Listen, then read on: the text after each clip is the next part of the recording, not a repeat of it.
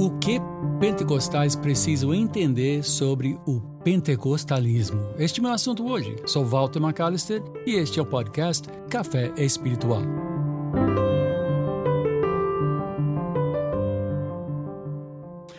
Pois é, há muitas coisas que, como pentecostal, eu não entendia sobre o pentecostalismo. E ao longo dos anos, pois agora já sou há 40 anos no ministério, embora tenha crescido num lar pentecostal, filho, neto, bisneto de pastores pentecostais.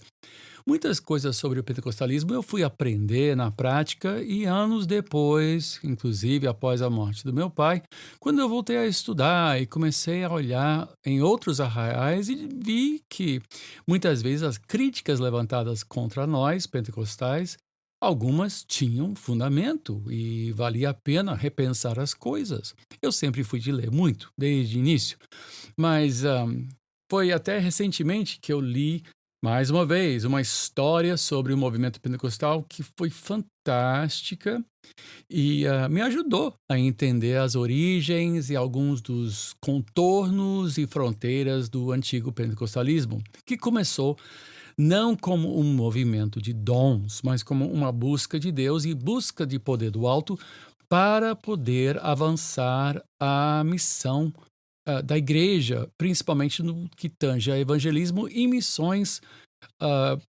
transculturais, ou seja, indo para outros países, deixando sua parentela, sua terra, para abrir igrejas e falar do evangelho em outros lugares. Tanto que meu avô materno foi o primeiro missionário pentecostal para a Índia em 1906. Isto foi o quê? Meses após ele ter encontrado a dimensão pentecostal naquela igrejinha que ficava na Rua Azusa, em Los Angeles. Sim, ele foi um pastor batista de ascendência alemã e ele entrou e abraçou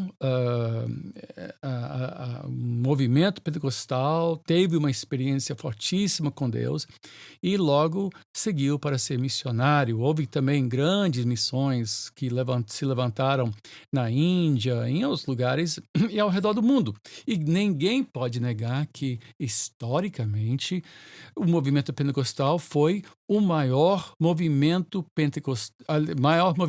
evangelístico e missionário de todos os tempos.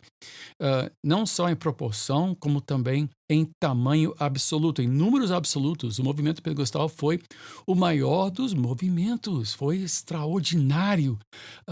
E no início não havia assim preocupação necessariamente com dons espirituais, não era assim uma busca de línguas, uma busca de profecia, uma busca de cura divina. Havia movimentos de cura divina, mas vieram depois.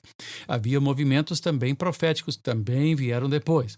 Mas, digamos, o ethos, a ênfase, o espírito da coisa inicial foi todo poder do alto, assim como nós vemos no fim do livro de Atos e no início no fim de Lucas e no início do livro de Atos, onde Jesus disse: volte para Jerusalém e espere até receberem poder do alto, e então sereis as minhas testemunhas até os confins da terra. Então, esse foi assim o ethos, esse foi o mote do movimento pentecostal. Pentecostais precisam lembrar disso, que pentecostalismo não é culto animado. Pentecostalismo, na sua essência, não é o falar em línguas. Alguém, inclusive, recentemente falou que eu não tinha direito de ser chamado pentecostal, muito embora eu tenha nascido, crescido no movimento pentecostal e sou pastor pentecostal e continuo a afirmar a continuidade dos dons, oro em línguas estranhas diariamente. Frequentemente, às vezes, palavras proféticas, oro pelos enfermos. Então, em muitos sentidos, eu sou pentecostal. Talvez os clássicos me rejeitem por eu ter repensado muitas coisas que, inclusive, eu expliquei no meu livro, o Pentecostal Reformado. Mas a plenitude do Espírito, e os pentecostais precisam entender isso, a plenitude do Espírito já há 120 anos, desde do novo movimento moderno pentecostal, tinha a ver com missões e não com dons. Agora, nós também, no início do século passado, nós rejeitamos a academia por razões bastante conhecidas. Eu já mencionei aqui isso no programa, que o seminário e as universidades teológicas eram consideradas lugares de ceticismo, porque o liberalismo alemão, boltzmanniano, já tinha invadido Princeton e outros seminários, que inclusive até hoje está invadindo e destruindo seminários sólidos, maravilhosos, né? Mas nós rejeitamos a academia. E com a academia nós rejeitamos história, nós rejeitamos tradição, nós rejeitamos o ensinamento dos antigos, reinventamos a roda a cada geração, inventamos novas coisas a cada geração. Isso não nos fez bem. Isso não nos fez bem. Nós acabamos nos apropriando de coisas do Antigo Testamento e simplesmente fazendo uma transposição para os dias de hoje, como se pudesse simplesmente, por exemplo, fazer uma campanha dizendo agora nós vamos fazer a campanha dos 300 de Gideão, como se pudesse simplesmente fazer uma aplicação atual dos 300 de Gideão. Isso é uma apropriação indevida e ignora os parâmetros de exegese, de estudo e interpretação da Bíblia, né? Agora, nós pentecostais temos que entender que nem tudo que é pentecostal é ruim e nem tudo que é pentecostal é bom. Eu, antigamente, se tivesse o rótulo pentecostal na capa, eu lia qualquer livro pentecostal. Gente, eu pensei na minha bicicleta vermelha, que nem da Young Cho me ensinou a fazer. Dei Bom Dia ao Espírito Santo, que nem o Benny Hinn me ensinou a fazer. Eu procurei ouvir a voz de Deus, como Kenneth Hagin me ensinou a fazer. Eu queria ser o Jimmy Swaggart do Brasil.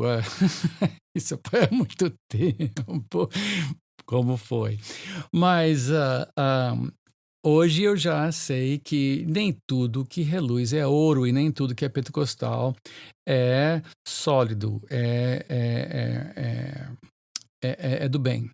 Há muitos que, em nome de Pentecostes, fazem coisas que são muito estranhas e nada tem a ver com o Evangelho ou sequer com a Bíblia. São apenas invenções em cima de imagens bíblicas desapropriadas indevidamente, não é? Agora, uma das coisas que pentecostais têm que entender, não basta defender a continuidade de dons. Se você é um pentecostal de verdade, busque os melhores dons. Busque os melhores dons. Isso vai exigir de você uma vida de oração, uma vida de leitura bíblica, porque o Espírito Santo sempre segue a palavra. Desde o início, no início o verbo, não é? E o Espírito pairava sobre as profundezas. Nós vemos Deus falando, e Deus falou, e houve, e aconteceu. Por quê? Pelo poder do Espírito. O Espírito Santo é o poder atuante de Deus neste mundo. Então nós temos que entender que ao estudarmos a palavra de Deus, ao fazermos parte de uma comunidade, dons vão se manifestar, mas nós temos que buscar os melhores dons. Eu falo sobre isso no meu livro, O Pentecostal Reformado, que não é uma rejeição do pentecostalismo para abraçar teologia reformada. Não. É procurando examinar todas as coisas e reter o que é bom. E há coisas da nossa tradição, coisas que eu trago da minha infância, dos meus pais, dos meus antecessores, que são preciosas e dos quais eu nunca vou abrir mão. E eu recomendo o livro. Entra na Amazon ou na Edições de Nova Vida para buscar esse livro, O Pentecostal Reformado, se você assim tiver interesse de fazê-lo. E a gente continua aqui. Por hoje eu acho que já arranhamos a superfície, por assim dizer, o livro vai mais fundo, mas eu vou estar aqui sempre, toda segunda e quinta, com mais uma edição do podcast Café Espiritual. Até poder falar novamente, me despeço, Walter McAllister, bispo primaz da Igreja Cristã Nova Vida, desejando que Deus te abençoe, rica e abundantemente.